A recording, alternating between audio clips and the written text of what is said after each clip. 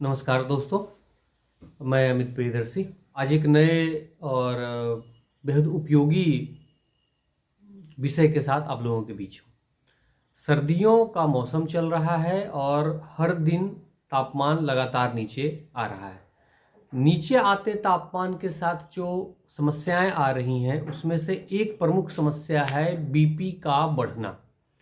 आमतौर पे कई लोग हैं जिनकी दवाएं नियमित चलती हैं, हाई बीपी की अंग्रेजी दवाई लेते रहते हैं, लेकिन हाल के दिनों में ऐसा देखा गया है कि अंग्रेजी दवाई लेने के बाद भी अचानक से उनका बीपी बहुत तेज़ी से बढ़ जाता है।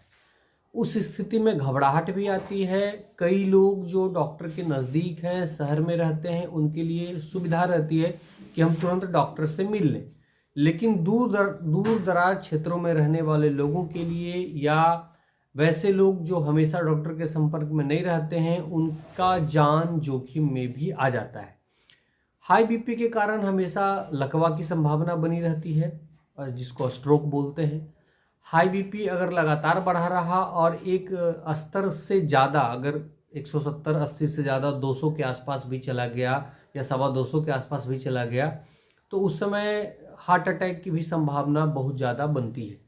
तो आज मैं जो हेम्योपैथिक कॉम्बिनेशन बताऊंगा उससे दोनों चीज़ें ठीक होती है। पहला तो कि बीपी तुरंत नियंत्रित होता है, जो लगातार है बीपी बढ़ बढ़ रहा है वो नियंत्रित होगा। दूसरा, स्थिरता आएगी, कभी आगे बढ़ जाना कभी फिर पीछे आना वो नहीं होगा, बीपी स्थिर होगा। और तीसरा, इसके लगातार सेवन से धीरे धीरे धीरे धीरे बीपी ठीक हो जाएगा।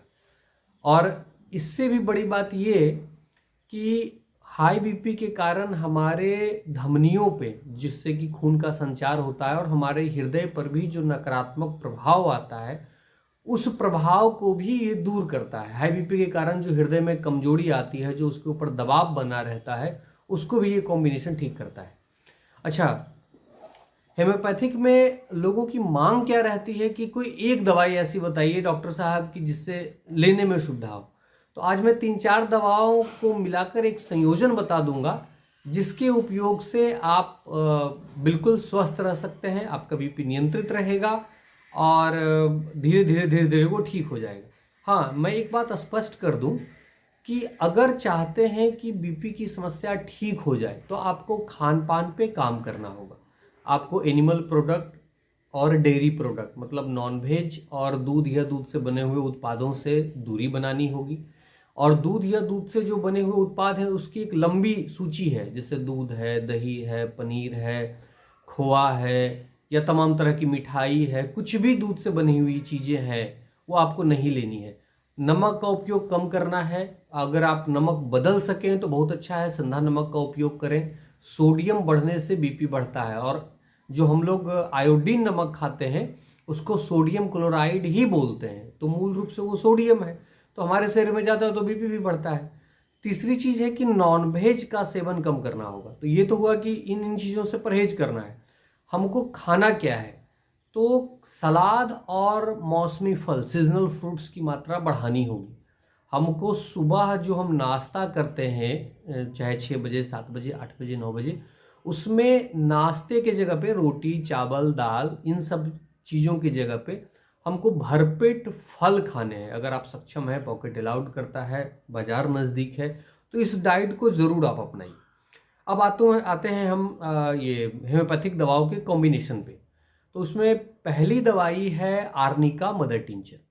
मैं डिस्क्रिप्शन बॉक्स में इसका डिटेल मैं लिख दूंगा।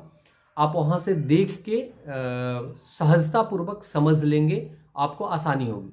चाहे आप फेसबुक पे हमें देख रहे हो, चाहे आप यूट्यूब पर हमें देख रहे हो, कहीं भी आप देख रहे हो, आप हमारे लिंक के माध्यम से यूट्यूब पे आ सकते हैं और डिस्क्रिप्शन बॉक्स में जा सकते हैं। तो पहली दवाई आर्निका है, दूसरी दवाई अश्वगंधा है, और तीसरी दवाई अर्जुना है। अर्जुन की छाल ऐसे भी उपयोग की जाती थी, या अभी भी उपयोग करते हैं लोग, हाई बीपी के केस में बहुत उपयोगी है। तो arnica mother tincture, ashwagandha mother tincture और अर्जुना मदर टिंचर, इसके साथ आपको लेना है Rauwolfia mother tincture, क्राटेगस mother tincture और पैसिफ्लोरा मदर टिंचर। ये कॉम्बिनेशन आपको हाई बीपी को ठीक भी करता है, नियंत्रित भी करता है और धीरे धीरे हमेशा के लिए ठीक कर देता है। थोड़ी सी मैं दवाई के बारे में बता दे रहा हूँ। आर्निका जो है खून की सप्लाई में बहुत अच्छी भूमिका निभाता है। मदर टिंचर जो फॉर्म है वो ब्लड सर्कुलेशन में बहुत अच्छा मदद करता है।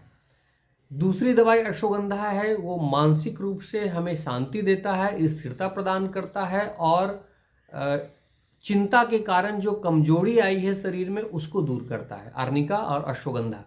उसके बाद आ जाते हैं अर्जुना पे। तो अर्जुन की जो छाल होती है पेड़ की, उसी से ये दवाई बनती है अर्जुना, जो हृदय के लिए बहुत अच्छा माना गया है। अर्जुना और क्राटेगस नागफनी के पौधे से ये दवाई बनती है और अर्जुना मदर टिंचर अर्जुन के पौधे से ये दवाई बनती है।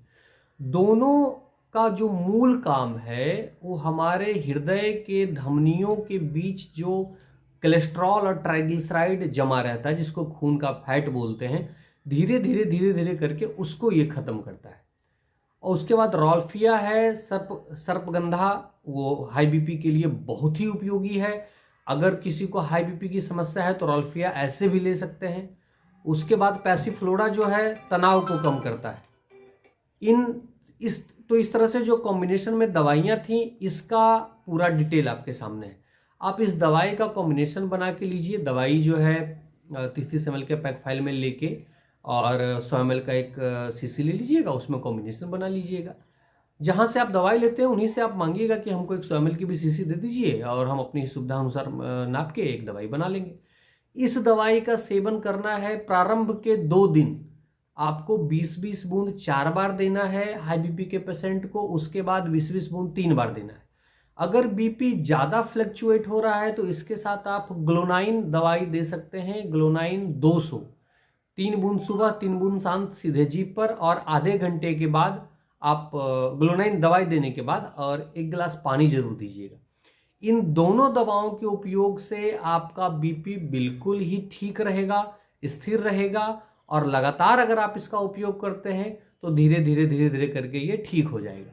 उम्मीद करता हूँ यह वीडियो आपके लिए उपयोगी होगा। अगर आपको लगता है कि यह वीडियो आपके लिए उपयोगी है तो आप हमारे चैनल को लाइक कर सकते हैं, सब्सक्राइब कर सकते हैं और शेयर कर सकते हैं। अपना ख्याल रखिए, खुश रहिए। मैं मिलता हूँ ऐसे ही किसी रोचक जानकारी के साथ और उपयोगी वीडियो के साथ अगले किसी दिन। नमस्कार।